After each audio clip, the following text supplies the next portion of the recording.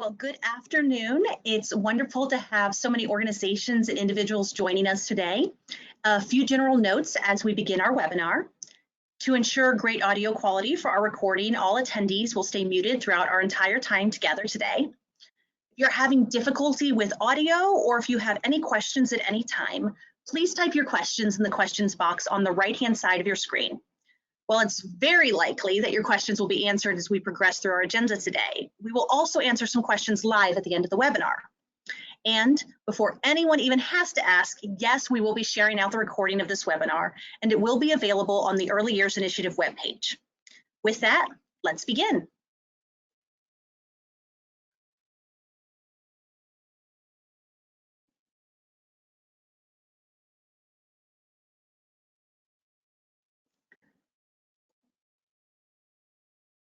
Again, I would like to welcome all of you to our Early Years Initiative Introductory Informational webinar.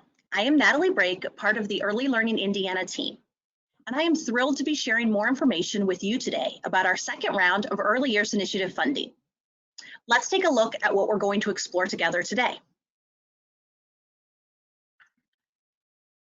First, we're going to be considering the case for targeting the early years. Really, why do we have the Early Years Initiative?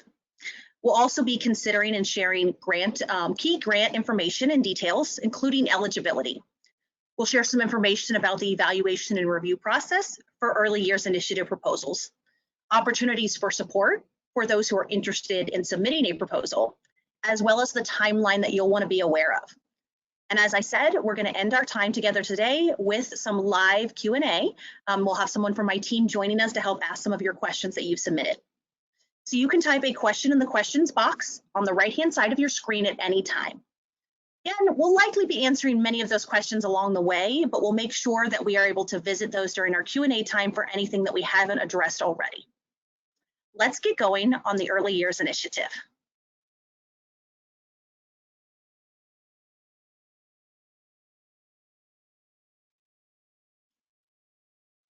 If you aren't yet familiar with Early Learning Indiana as an organization, I'd be happy to talk with you further at another date. Our organization is on a mission to ensure that young children throughout the state are prepared with the essential skills that they need to thrive. And there really is no better place than to begin at the very beginning.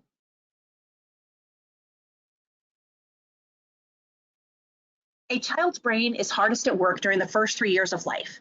So busy creating the foundation for all future learning capacity, social emotional development, and mental and physical health. Essentially, the neural pathways formed during this time create the foundation for all future learning and development. The experiences of these early years affect not only school achievement, but also lifelong health.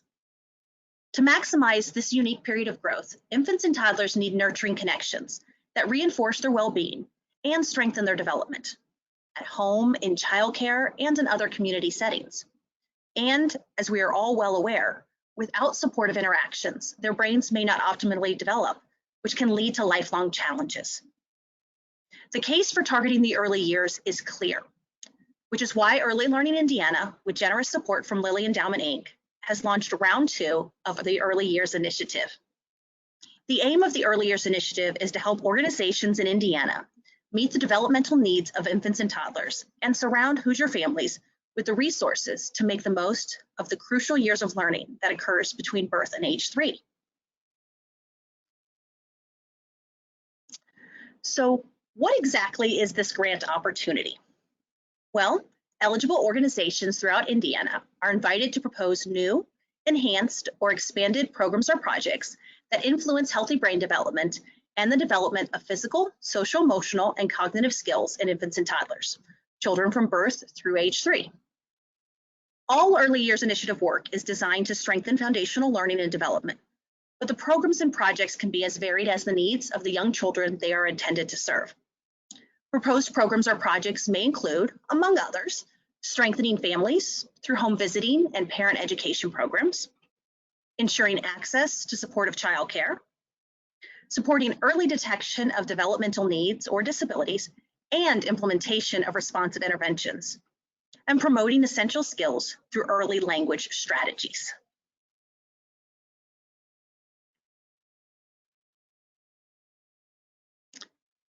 The Early Years Initiative has a particular focus on infants and toddlers who are in low-income households, are members of communities of color, or are multi-language learners.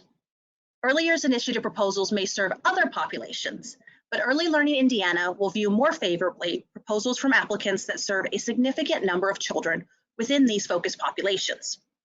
Please note, for purposes of this initiative, a household will be considered low income if it earns less than 200% of the federal poverty level.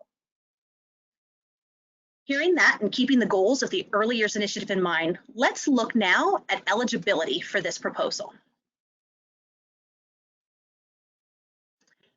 To be eligible for funding under the Early Years Initiative, an applicant must meet the criteria specified in the request for proposals.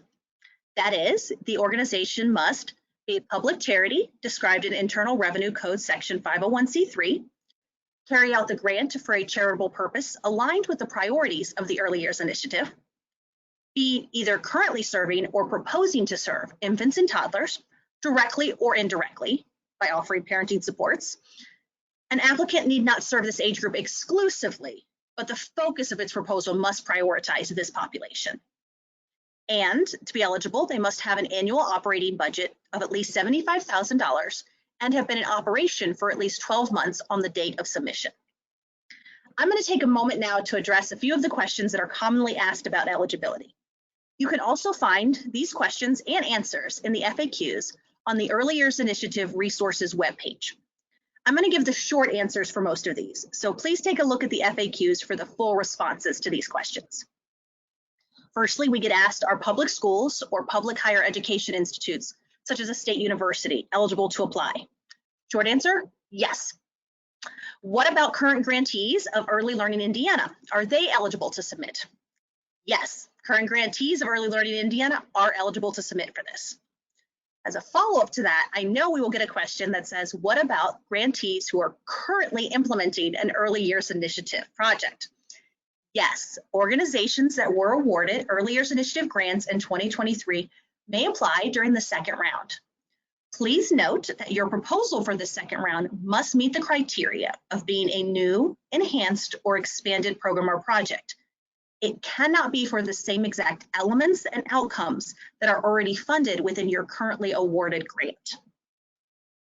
Also, a common question we get asked, can licensed family childcare homes apply? Any organization that meets all eligibility criteria, including a licensed family childcare home, may serve as a lead applicant. Important to note here, though, that any organization that is unable to meet the eligibility requirements, any of the eligibility requirements, are encouraged to collaborate with eligible lead applicants to submit a proposal under this initiative. For example, as is noted in the request for proposals, family childcare homes serving infants and toddlers in a low childcare capacity area who are not individually eligible might partner with a community foundation or United Way to create a network for services. This is only intended to serve as an example, so please remember any program or project that addresses the priorities of the Early Years Initiative will be considered. Again, organizations may apply independently or in collaboration, but if you apply in collaboration, the lead applicant must meet all of the eligibility requirements. If you do decide to submit a proposal, there's a few other things you're going to want to note beyond eligibility. Firstly, all proposals must meet the requirements specified in the RFP, including the submission of a budget. I highly suggest that you download a copy of the RFP if you haven't already and read it.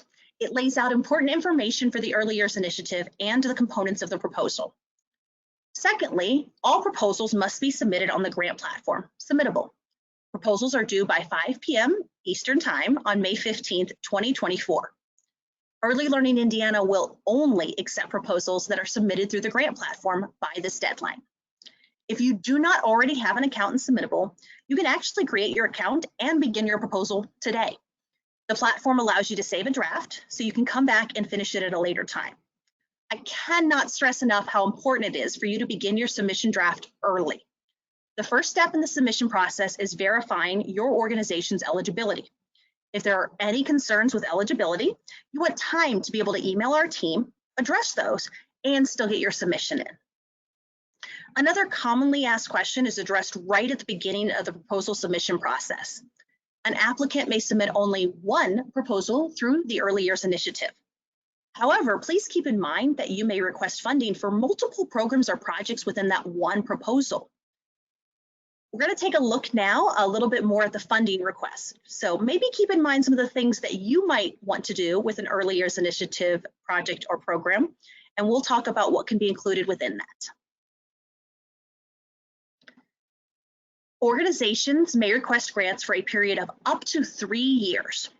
The grant amounts that are requested must be appropriate for the intended impact of your program or project, which would include, among other things, the number of infants and toddlers to be served, with possible grant support and the anticipated impact of this program or project to be provided to these children.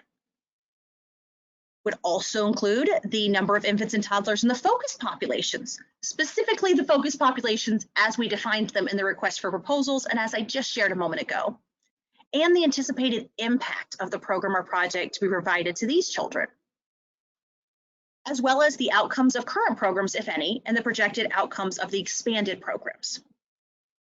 Another commonly asked question, which can be found in our FAQs, is a financial match required? Applicants are not required to demonstrate a financial match. However, Early Learning Indiana encourages applicants to seek complementary funding from public or other private sources for the proposed program or project. And in case you didn't see it on the side of the screen there, the grant amounts will typically range from $75,000 to $500,000, really depending on, again, those intended impacts that you are looking to do. So thinking about those impacts and speaking of those proposed programs or projects, let's take a deeper look at what those might entail. Early Learning Indiana expects to receive a wide range of proposed programs and projects as part of the Early Years Initiative. We know each local community and population has unique assets and needs. If you missed our webinar last week, where we discussed how to approach understanding your community, you are in luck. The webinar recording is already available on the Early Years Initiative Resources webpage. It gives you a great starting point if you plan to submit a proposal in understanding your community. Some examples of fundable programs and projects might include, but again, are not limited to, a community foundation or United Way might facilitate the creation of a network of family childcare homes, serving infants and toddlers in a low childcare capacity area. A faith-based institution might sponsor a program designed to expand parental knowledge of early childhood development and positive parenting practices. An existing home visiting provider might expand services to new geographies. A childcare provider might invest in a program to improve language development in its classrooms through tools and practice-based professional development. Or a local community-based organization might help deploy early detection tools through its network of community partners. Remember too, that Early Learning Indiana has engaged a diverse range of providers and advisors who offer proven and promising models serving the interest of infants and toddlers, who are willing to share these models with potential applicants. Interested applicants can find more information on these model spotlights on the Early Years Initiative Resources webpage.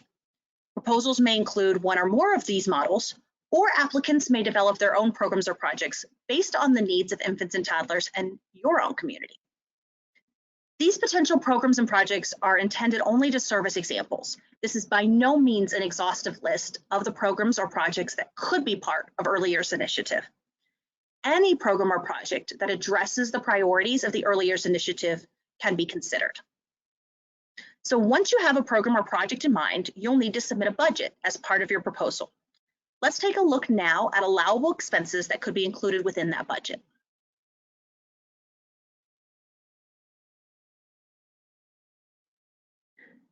Early Years Initiative funding is not intended to support an organization's general operations, but rather instead to launch or scale programs and projects targeting the needs of infants and toddlers.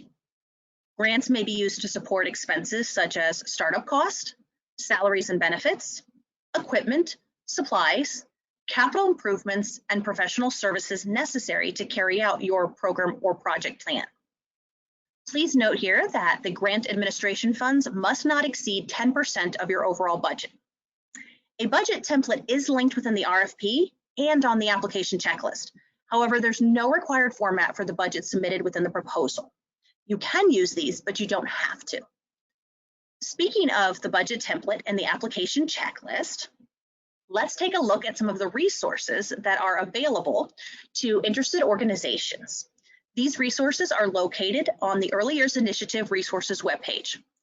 As previously noted, these include the webinar recording from last week. It includes the request for proposals.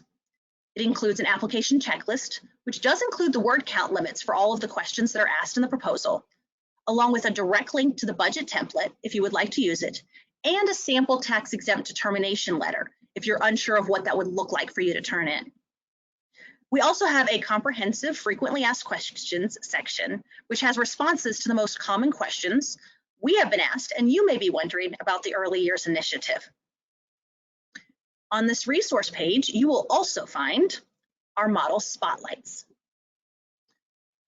As I just noted, Early Learning Indiana has engaged a diverse range of providers and advisors who offer proven and promising models that serve the interests of infants and toddlers. And these individuals are willing to share these models with our potential applicants for Early Years Initiative.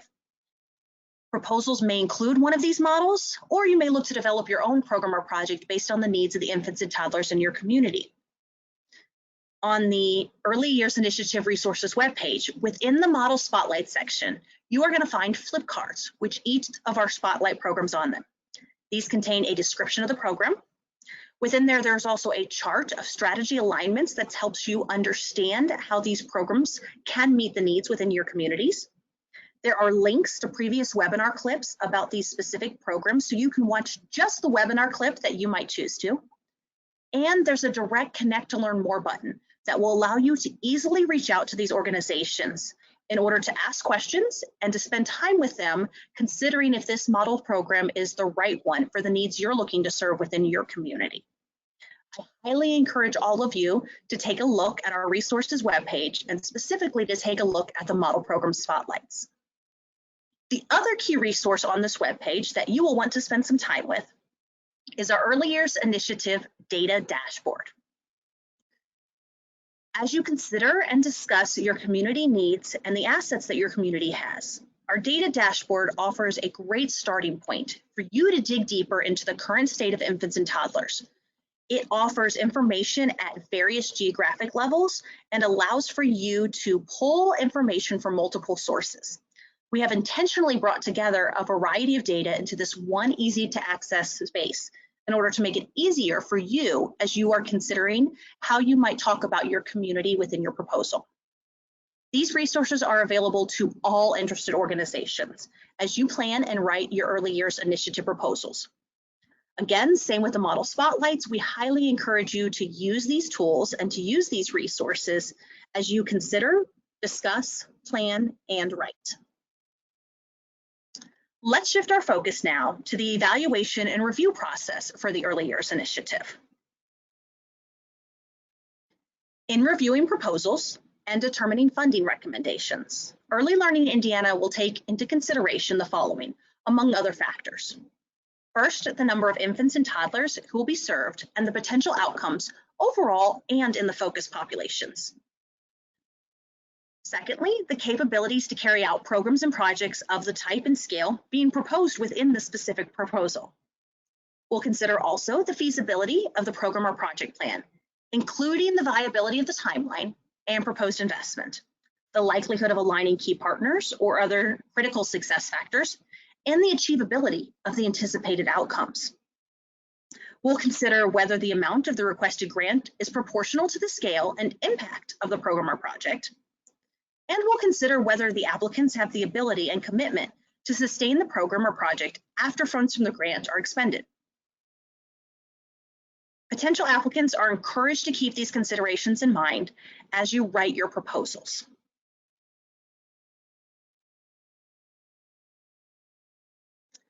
A few additional things you should be aware of if you do submit a proposal and you are awarded a grant through Early Years Initiative.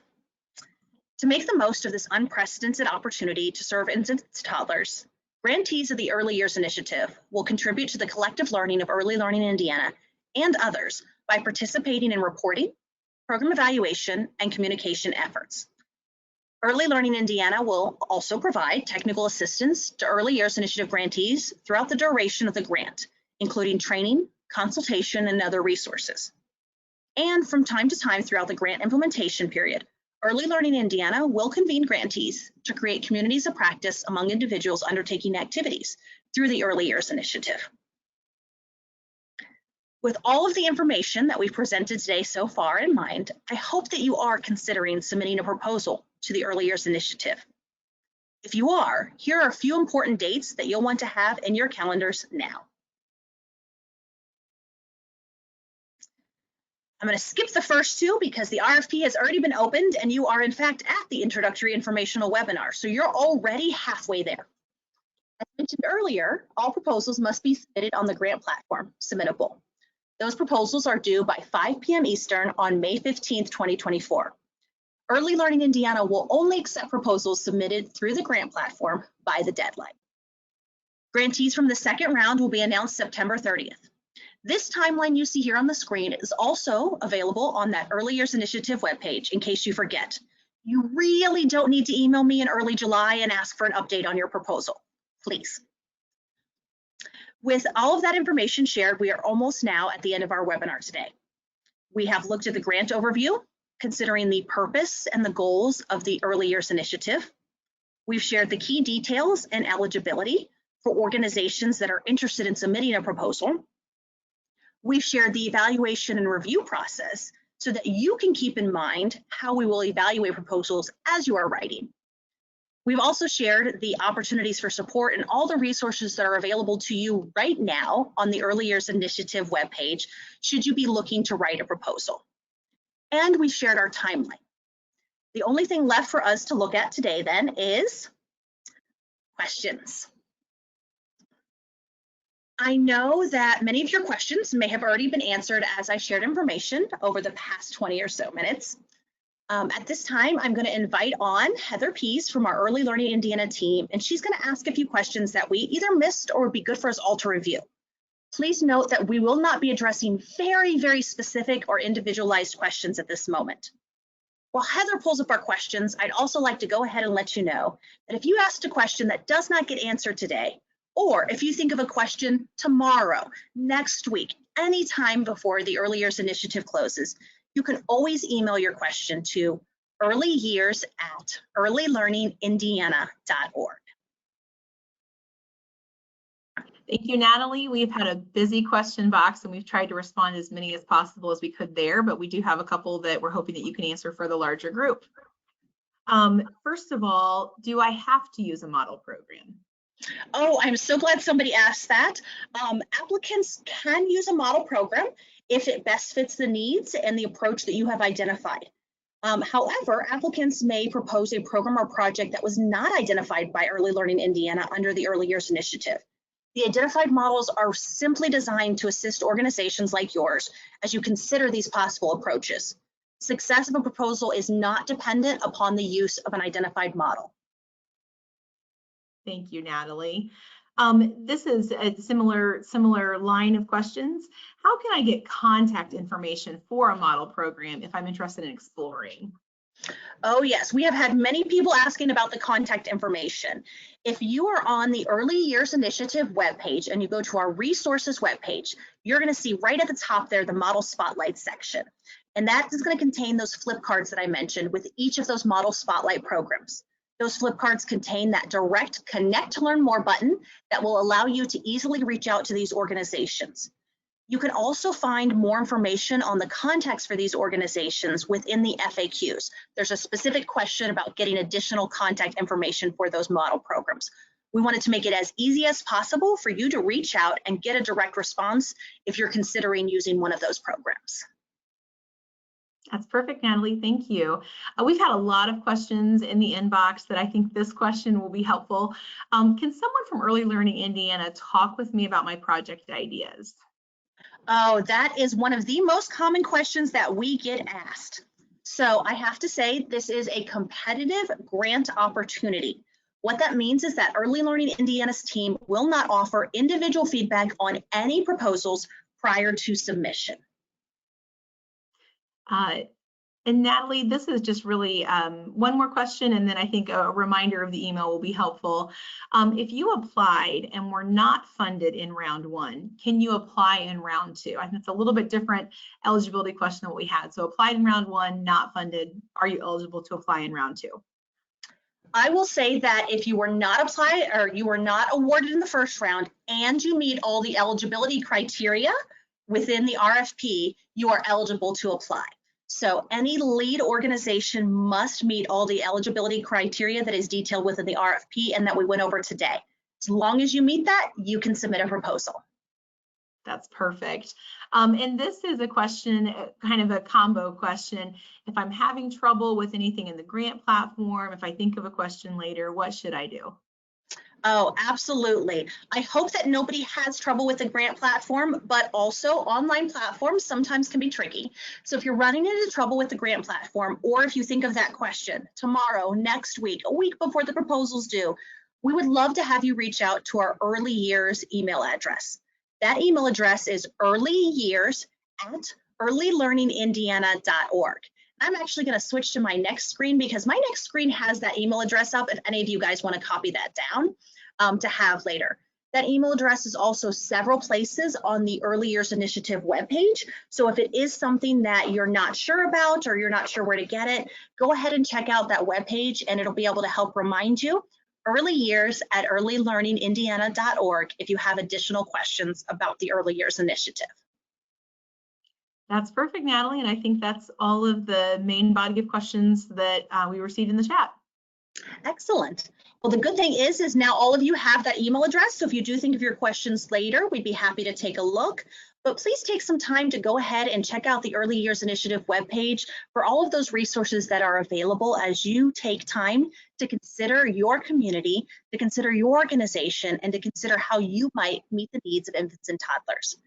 I'd like to thank you all for joining us today to learn more about the second round of the Early Years Initiative. Again, please remember that if you asked a question that was not answered today, or if you think of that question later, email us at earlyyears@earlylearningindiana.org. I hope you all take some time looking at that Early Years Initiative webpage and give serious consideration to submitting a proposal. As I shared on our last webinar, while we have a promising start to our Early Years Initiative, there is still so much work to be done together to ensure that all Hoosier children have the support needed during the crucial first years of life. Early Learning Indiana is proud to continue working alongside all of you to make it possible. And personally, I'm looking forward to reading your proposals. Thanks again for joining us today and have a great rest of your afternoon.